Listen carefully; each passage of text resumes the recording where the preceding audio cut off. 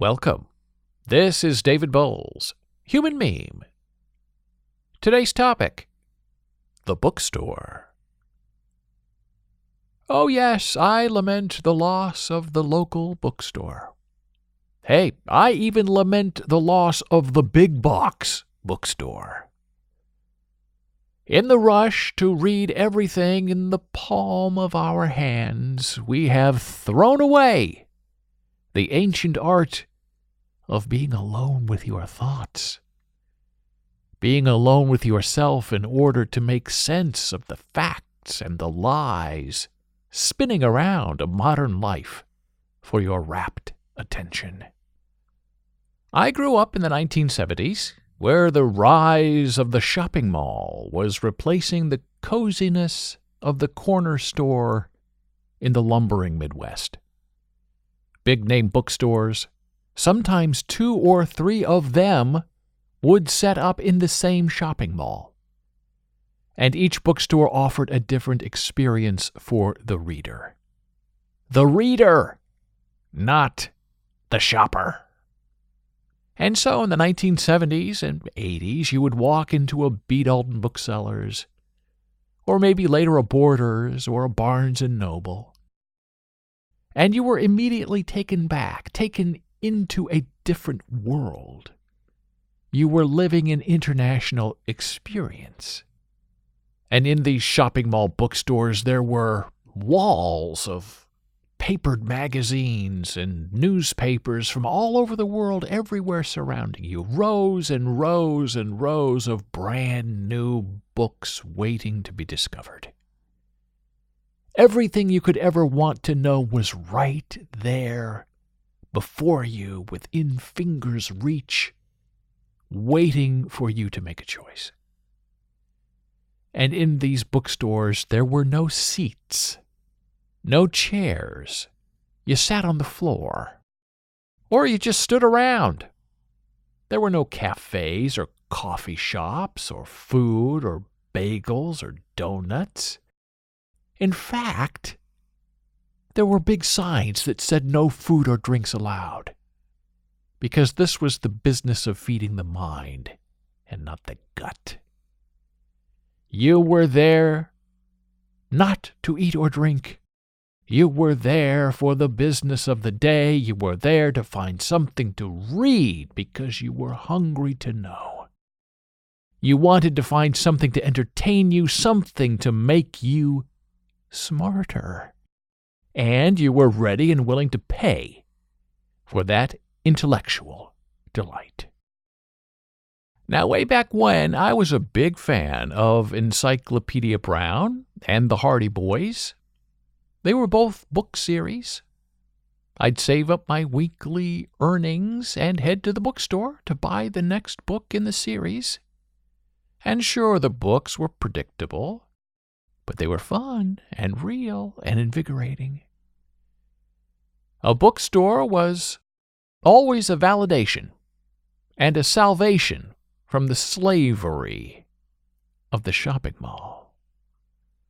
You arrive at the mall, and you're off and running to the nearest shelf of books, offering protection from the mundane dismay of an adolescent world. Yes, my human meme friend, a book is always the promise of danger. A book is always a threat of joy. A book is a hallowed place, a wild landing, all from a world that felt as if it were spinning against you. A book was a safe harbor in a toxic sea. And you could read a bit at the bookstore, but not too much. You were being watched. This was a business, not an entertainment episode. You were there to buy and not to browse.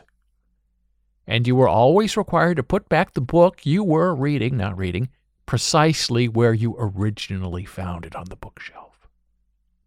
And the simple fact was you never went to the bookstore. You never set foot inside without money in your pocket first. A bookstore was not a library. You were there to discover and to conquer, and then to buy your success permanently to begin your own library at home. And the choice when you leave your home for a new one, is always, can I take my friends with me? Will all of my books fit in my boxes? And when I moved to New York City, the mall bookstore was no longer a part of my life. They had all kind of slowly dissolved and closed and were not replaced. But in Manhattan, the big box bookstores at that time, in the 90s or so, were on every corner and down every alleyway in Manhattan for a time. The Strand bookstore, with its miles and miles of books, 8 miles of books, was a mental safe haven from a really rough city. And the small New York City bookshops were more boutique than bookstore to me.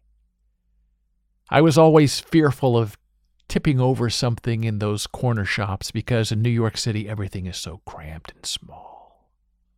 And now, in this internet age, where the ink on a paper page has been replaced by pixels and light, every day I begin to feel as if we are losing something visceral and important that we will never get back again. We have lost our way in preserving our safe havens.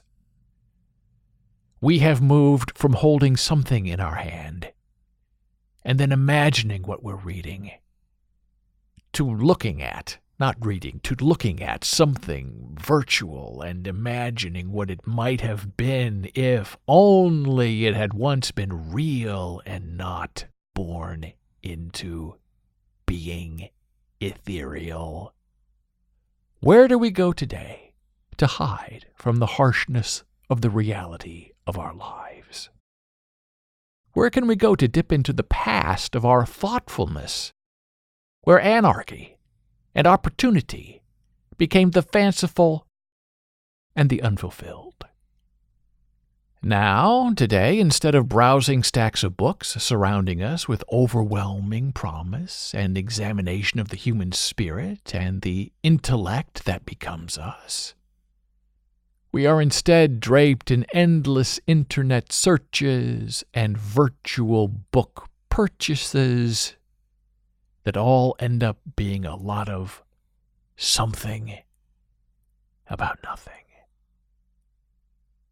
We once ruled upon our own imagination. Now our fecklessness is a fog on the horizon with no pathway to reach the promised destiny. The promise of the imprinted page is now the condemnation of the experience.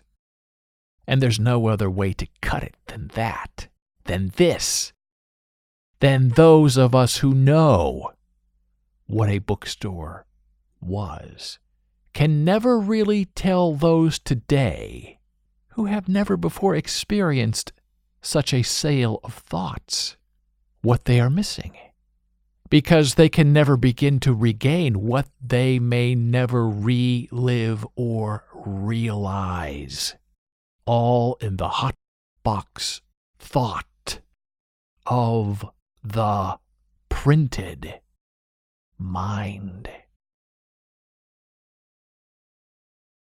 Thank you for listening. Be a human meme.